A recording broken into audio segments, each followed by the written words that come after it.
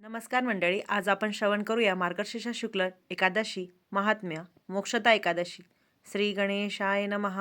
युधिष्ठिर म्हणाला, भगवंता, लोकांचे हित व्हावे आणि त्यांच्या पापांचा क्षय व्हावा या उद्देशाने माझ्या मनात मोठी जिज्ञासा उत्पन्न झाली आहे. म्हणून मार्गशीर्ष शुक्ल पक्षात जी एकादशी येते तिचे नाव काय आहे, तिचा व्रतविधी काय आहे, त्या तिथीस कोणत्या देवाची पूजा करावी आणि तिचे महात्म्य काय आहे याविषयी विस्ताराने सांग. श्रीकृष्ण म्हणाला, राजा, तुझी बुद्धी अतिशय निर्मळ आहे. हे एक उत्तम लक्षण आहे आणि तू मला योग्य ते विचारले आहेस. म्हणून मला अत्यंत प्रिय असलेल्या एकादशीचे महात्म्य मी तुला आवर्जून सांगणार आहे. मृदैत्याचा वध करण्यासाठी ती माझ्या देहातून कशी उत्पन्न झाली याविषयीची सर्व कथा मी आधीच सांगितली आहे. या तिथीला कल्याण करणारी म्हणून विश्वात मोठी मान्यता आहे. आता मार्गशीर्ष शुक्ल एकादशीचे महात्म्य सांगतो. हिला मोक्षदा म्हणतात. ही उपासकांच्या पापांचे हरण करणारी म्हणून विशेष प्रसिद्ध आहे. या तिथीला गंध पुष्पे अर्पण करून भगवान दामोदराची म्हणजेच विष्णूची पूजा करावी.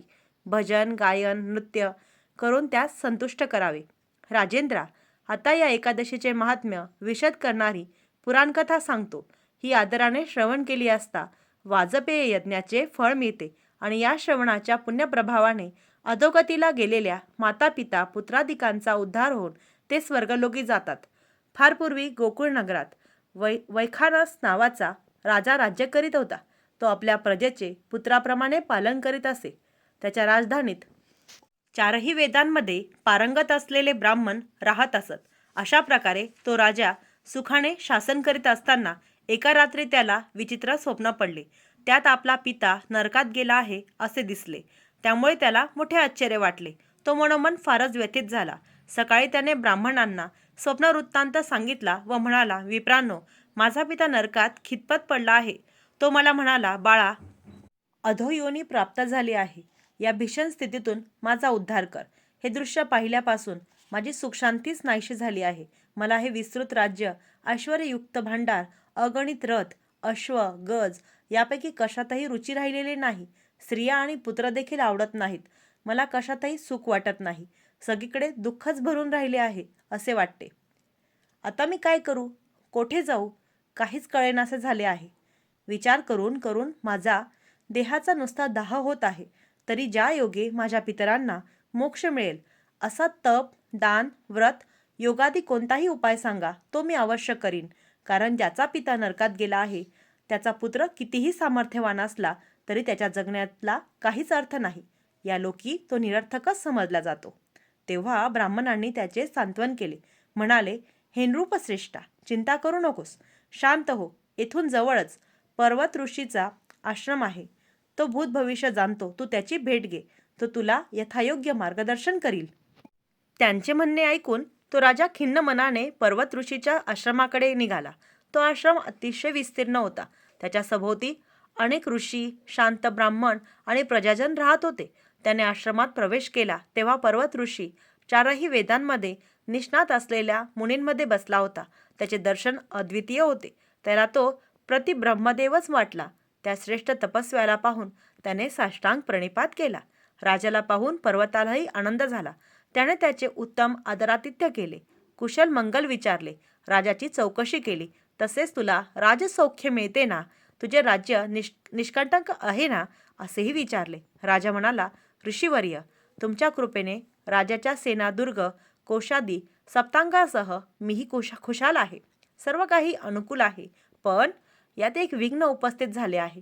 मी स्वप्नामध्ये असे पाहिले की माझा पिता नरकात पडला आहे आणि मोठ्या कष्टाने काळ घालवित आहे. त्याने तू माझा उद्धार कर अशी मला विनंती केली. त्यामुळे माझे चित्त दुःखाने व्याकुळ झाले आहे. मन संभ्रमात पडले आहे. काय करावे हेच समजत नाही. म्हणून मी त्वरा करून मोठ्या आशेने तुमच्याकडे आलो आहे.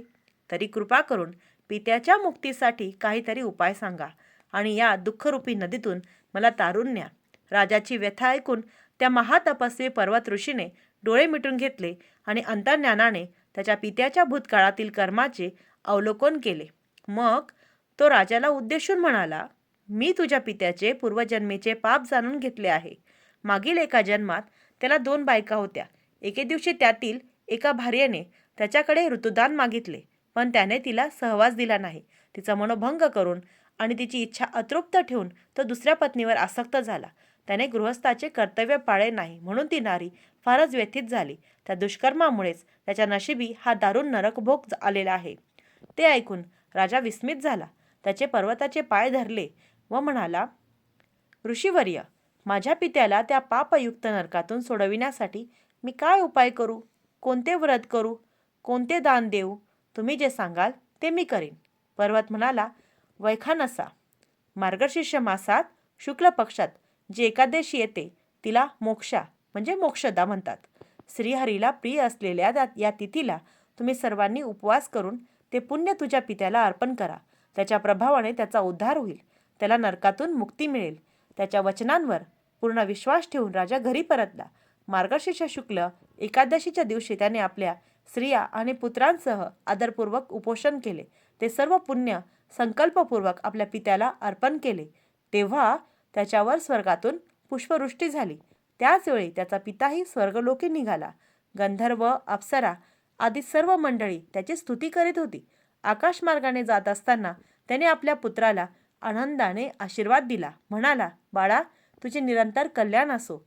श्रीकृष्ण पुढे म्हणाला, धर्मा, मोक्षदा एकादशीचे महात्म्य हे असे आहे. हिच्यासारखी निर्मळ आणि शुभ तिथी या जगात नाही. हिचे व्रत केल्याने जे पुण्य मिळते त्याची गणतीच करता येत नाही.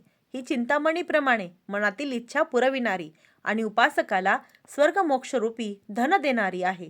जे या तिथीला उत्तम व्रताचरण करतात त्यांची सर्व पापे नष्ट होतात आणि त्यांना परमपद प्राप्त होते.